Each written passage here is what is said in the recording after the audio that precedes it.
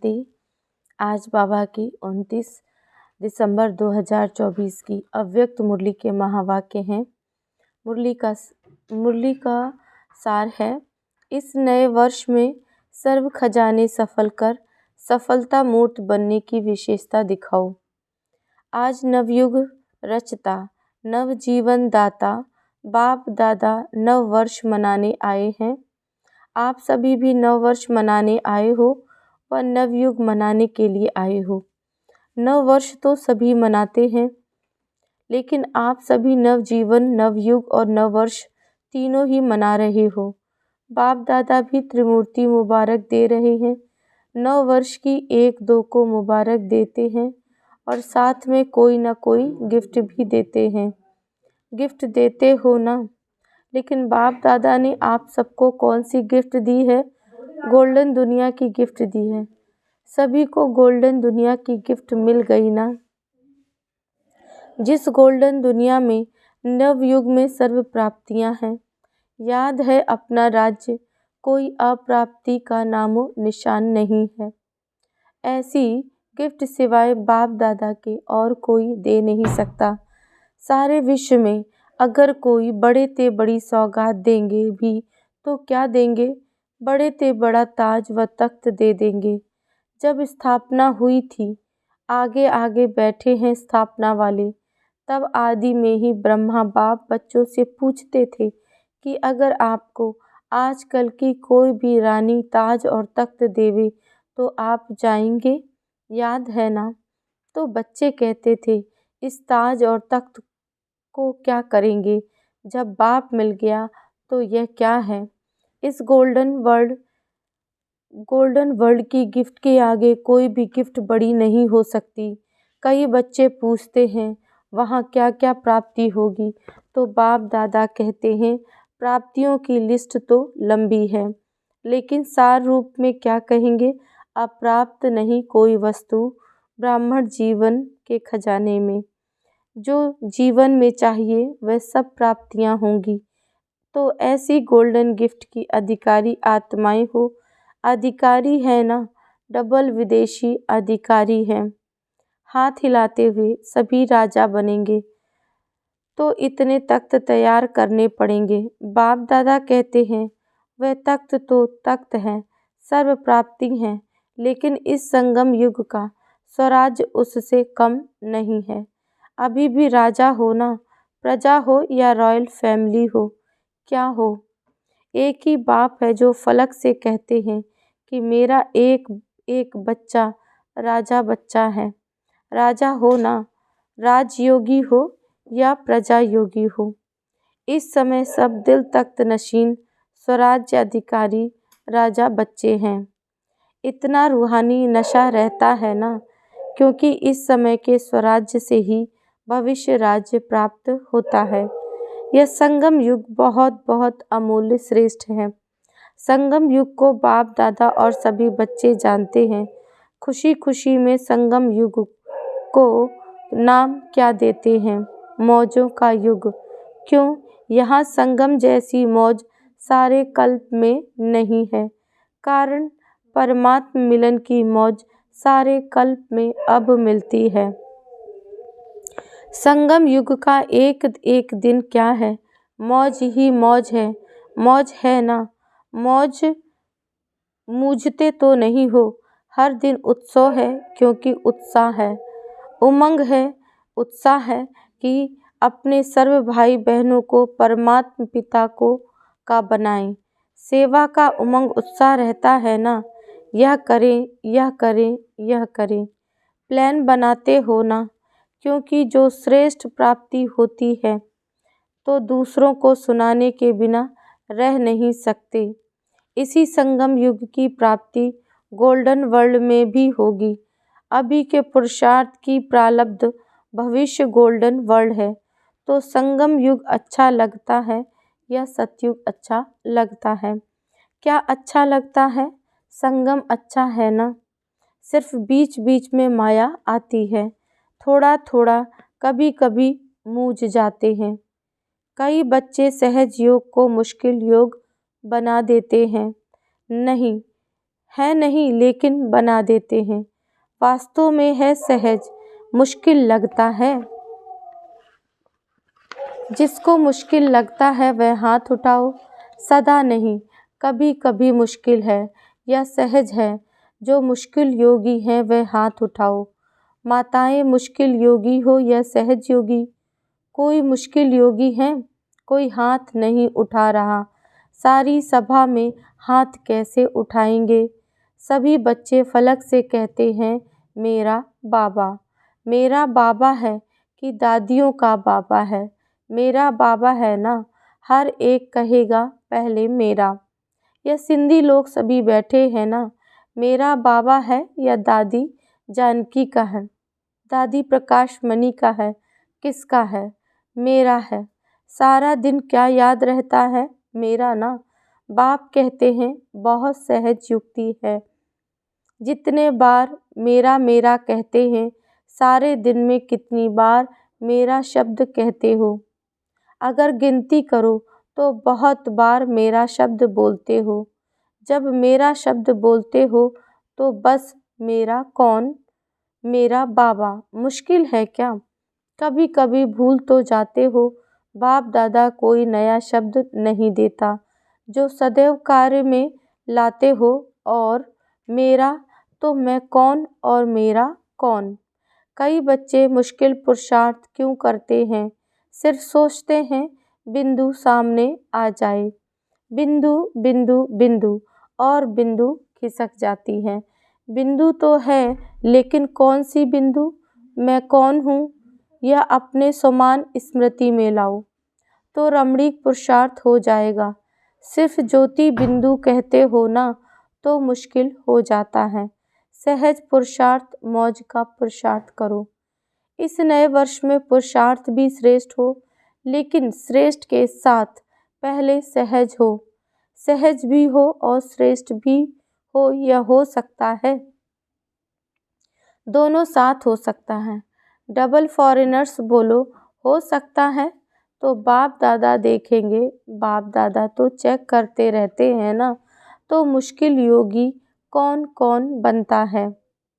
सहज योगी का यह मतलब नहीं कि अलबेलेपन का पुरुषार्थ हो, श्रेष्ठ भी हो और सहज भी हो।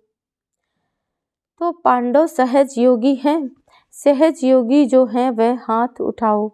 देखना टीवी में आ रहा है, मुबारक हो। तो यह वर्ष कोई के आगे कोई मुश्किलात नहीं आएगी, क्योंकि सहज योगी हो। अलबेले नहीं बनना। समय प्रमाण इस वर्ष, नए वर्ष में सभी को विशेष यह लक्ष्य रखना है कि जो भी खजाने प्राप्त हैं, समय है, संकल्प है, गुण है, ज्ञान है, शक्तियाँ हैं। सबसे बड़ा खजाना संकल्प है। श्रेष्ठ संकल्प, शुद्ध संकल्प। इन सभी खजानों को हर रोज सफल करना है। खूब बांटो। दाता के बच्चे मास्टर दाता बनो। खूब बांटो। क्यों, सफल करना अर्थात सफलता को प्राप्त करना। तो यही इस वर्ष की विशेषता सदा कायम रखना। सफल करना है और सफलता है ही। सभी कहते भी हो ना कि सफलता हमारा जन्म सिद्ध अधिकार है अधिकार ना। तो सफल करो और सफलता प्राप्त करो।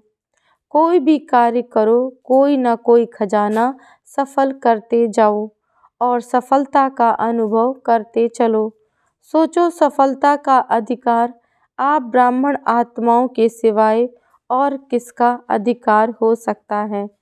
क्यों, क्योंकि बाप ने आपको सफलता भाव का वरदान दिया है। बाप दादा सदा कहते हैं कि एक एक ब्राह्मण आत्मा सफलता का सितारा है, सफलता स्वरूप है। सफलता के सितारे हो ना या मेहनत के सितारे हो, बाप दादा सभी बच्चों को सफलता का सितारा इसी स्वरूप में देखते हैं। याद है ब्रह्मा बाप ने आदि में कितने समय में सब सफल किया, अंत तक अपना समय सफल किया। चाहे कर्मातीत भी बन गए, फिर भी कितने पत्र लिखे, समय सफल किया ना। लास्ट दिन भी मुख से महावाक्य उच्चारण किए, लास्ट दिन तक सब सफल किया, इसलिए सफलता को प्राप्त हो गए। तो फॉलो फादर। वास्तव में संगम युग का एक एक संकल्प, एक एक सेकंड सफल करना है ही सफलता मूर्त बनना है। सभी निश्चय से कहते हैं ना कि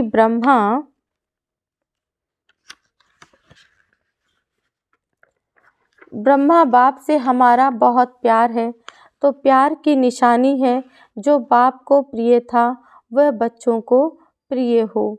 समय, संकल्प और सर्व खजाने सफल हों, व्यर्थ नहीं हो। प्यार की निशानी फॉलो फादर। ब्रह्मा बाप ने विशेषता क्या दिखाई, जो सोचा वह सेकंड में किया। सिर्फ सोचा नहीं, सिर्फ प्लान नहीं बनाया, प्रैक्टिकल में करके दिखाया। तो ऐसे हैं फॉलो करने वाले ना।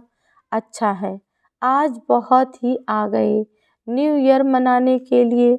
अच्छा है, अगर हॉल छोटा पड़ गया तो दिल तो बड़ी है। देखो दिल बड़ी है तो समा गए ना। आज सभा में 18-19 हजार भाई बहन बैठे हैं। सभी बाहर बैठे हुए भी सुन रहे हैं ना। बाहर बैठने वाले सुन रहे हैं, वह तो दिखाई नहीं देंगे। बाप दादा ने सुना कि फॉरेन में सबसे ज़्यादा ऑस्ट्रेलिया वाले रात के 12 बजे बैठते हैं और 4 बजे अमृत वेला करके उठते हैं।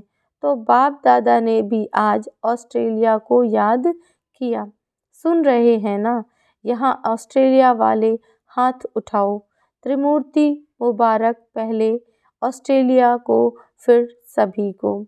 इस वर्ष का लक्ष्य तो बताया ना, सफल करो, सफलता है ही। सभी ने पक्का किया ना, सफल करना है, व्यर्थ नहीं। संगम युग समर्थ युग है, सफलता का युग है, व्यर्थ का नहीं। व्यर्थ के 63 जन्म समाप्त हुए, अब यह छोटा सा युग सफल करने का युग है। अगर समय सफल करेंगे तो भविष्य में भी आधा कल्प का पूरा समय राज्य के अधिकारी बनेंगे। अगर कभी कभी सफल करेंगे तो राज्य अधिकारी भी कभी कभी बनेंगे। समय सफल की प्रारब्ध क्या है? श्वास सफल कर रहे हो तो 21 जन्म भी स्वस्थ रहेंगे। चलते चलते हार्ट फेल नहीं होगी। किसकी हार्ट रुक जाती है, किसकी नलियां बंद हो जाती हैं, वह नहीं होगी। ज्ञान के खजाने को भी सफल करो तो ज्ञान का अर्थ है समझ। वहाँ इतने समझदार बन जाएंगे जो कोई मंत्रियों की ज़रूरत नहीं होगी। आजकल तो देखो शपथ लेते ही पहले मंत्रिमंडल बनाते हैं। वहाँ साथी होंगे लेकिन मंत्री नहीं होंगे। रॉयल फैमिली हर एक दरबार में बैठने वाले ताजधारी होंगे। रॉयल फैमिली कम नहीं होगी। रॉयल फैमिली हर एक दरबार में बैठने वाले ताजधारी होंगे। रॉयल फैमिली कम नहीं होगी। चाहे तख्त पर नहीं बैठें लेकिन मर्तबा एक ही जैसा होगा। इसलिए यह नहीं सोचो कि तख्त नशीन बहुत थोड़े बनेंगे, लेकिन आप लोग भी राज दरबार में राज्याधिकारी के रूप में होंगे। आपके सिर पर भी ताज होगा और आपका पूरा अधिकार होगा। तो क्या बनेंगे? नंबर 1 या नंबर वार? क्या बनेंगे? नंबर वार बनेंगे या नंबर 1? तो क्या करना पड़ेगा पता है? हिम्मत दिखाई। यह बहुत अच्छा है, लेकिन 1 नंबर बनने के लिए पहले विन करना पड़ेगा। कर रहे हैं ना? करेंगे यह नहीं कहना, कर रहे हैं। दूसरे भी सुन रहे हैं। आज सुना कि पुराने सिंध के ब्रह्मा के साथी बहुत आए हैं। हाथ उठाओ, छोटे बच्चे उठो, परिवार के परिवार आए हैं। अच्छा, कोई कमाल दिखाएंगे ना? क्या दिखाएंगे? वह तो कर ही रहे हो। अच्छा, 38 आए हैं तो क्या कमाल करेंगे। चलो ज़्यादा नहीं कहते, छोटी सी बात कहते करने के लिए तैयार हो। बच्चे भी कमाल करेंगे ना, 38 लाख बनाएंगे। मुबारक पदम गुणा हो। आपने बड़ी बात बता दी, लेकिन बाप दादा छोटी बात कहते हैं। वह एक एक को लाओ, लाना है एक एक को लाओ। बच्चे हैं तो बच्चों को लाओ, माताएं हैं तो भाई या बहन को लाओ, लेकिन एक एक को सबको लाना है। यह ग्रुप देख लो, आप इसको गाइड करना, अगले साल लेकर ही आना, डबल ग्रुप लेकर आना। बाप दादा यही चाहते हैं कि जहाँ से आदि हुई वहाँ ही प्रत्यक्षता होनी है। रहम आता है ना, ब्रह्मा बाप के देश के वासी हो तो देशवासियों से प्यार होता है। आपके पास खजाने बहुत हैं, गुणों का खजाना कितना बड़ा है, शक्तियों का खजाना कितना बड़ा है। तो गुणदान शक्तियों का दान करने वाले मास्टर दाता बनो। जो भी आए, चाहे संबंध में आए चाहे संपर्क में आए, लेकिन उनको कोई ना कोई गुण या शक्ति की गिफ्ट दे देना। कोई खाली हाथ नहीं जाए, और कुछ नहीं तो बाप के संदेश के मीठे बोल व मीठे बोल भी गिफ्ट देना। दुनिया वाले तो कोई भी उत्सव होता है ना, तो एक दो को मुख मीठा कराते हैं, लेकिन बाप दादा कहते हैं मुख मीठा तो कराना ही है, लेकिन अपना मीठा मुखड़ा भी दिखाना है। सिर्फ मुख मीठा नहीं, मुखड़ा भी मीठा। इतनी मधुरता जमा है ना, जो बांटो तो भी भरपूर रहो, और इस खजाने को जितना बांटेंगे उतना बढ़ेगा, कम नहीं होगा। तो इस वर्ष नोट करना, जो भी आत्मा आई उसको कुछ दिया। अगर सुनने वाला नहीं है तो मीठी शक्तिशाली दृष्टि देना, लेकिन देना जरूर, खाली नहीं जाए। यह तो सहज है ना, यह मुश्किल है। अच्छा, 1 सेकंड में मन की ड्रिल याद है? हर एक सारे दिन में कितनी बार यह ड्रिल करते हो, यह नोट करो। यह मन की ड्रिल जितना बार करेंगे उतना ही सहज योगी, सरल योगी बनेंगे। एक तरफ मनसा सेवा, दूसरी तरफ मनसा एक्सरसाइज। अभी अभी निराकारी, अभी अभी फरिश्ता। ब्रह्मा बाप, आप फरिश्तों का आवाहन कर रहे हैं। फरिश्ता बन के ब्रह्मा बाप के साथ अपने घर निराकार रूप में चलना, फिर देवता बन जाना। अच्छा, चारों तरफ से बहुत बहुत याद प्यार, चाहे कार्ड के रूप में चाहे पत्रों के रूप में, बाप दादा के पास पहुंच गए हैं। बाप दादा जानते हैं कि हर बच्चा यही समझते हैं, मेरी याद बाबा को देना, लेकिन मिल गई है। याद प्यार देने वाले बहुत लाडले बच्चे बाप दादा के सामने इसलिए हैं।